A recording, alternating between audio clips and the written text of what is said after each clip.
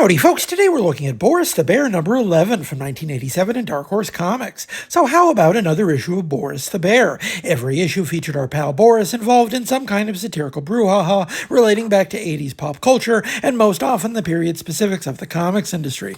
It was a strange time, in many respects a boom period. Black and white books like Boris were selling in massive numbers, at least for a little while longer. Soon enough the calendar would tip over to the 90s and suddenly everyone would care about color reproduction once their favorite artists went independent and could afford the most expensive digital effects, and that movement would prove a consequential tipping point on the way to reducing perceived value of the American pamphlet. Sure, they feel flimsy in your hand, they take 5 minutes to read, and they cost way too much money, but they have really nice colors. At the time this issue of Boris was printed in 1987, however, the issue was that color printing was seen as itself a fad, an adulteration of the market space carved by and for black and white pamphlets in the early direct market. That's according to editor Randy Stradley's words on the inside front cover here, defending the decision by the young Dark Horse to begin publishing some of their titles in color. Fast forward another 10 years and the black and white pamphlet would itself be almost completely dead, with the conventional wisdom firmly ensconced that American audiences wanted shiny color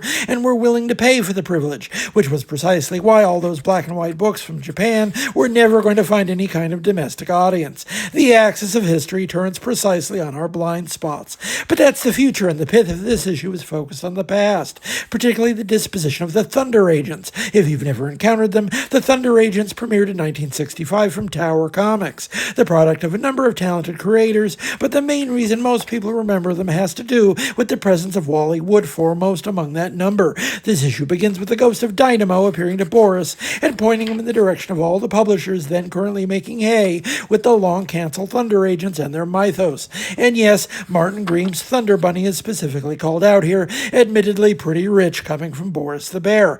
Much hay is made about putting the Gravedigger's plot to rest and leaving Wood to rest, with a final moonlight scene at his graveside straining for perhaps unearned poignancy in the matter.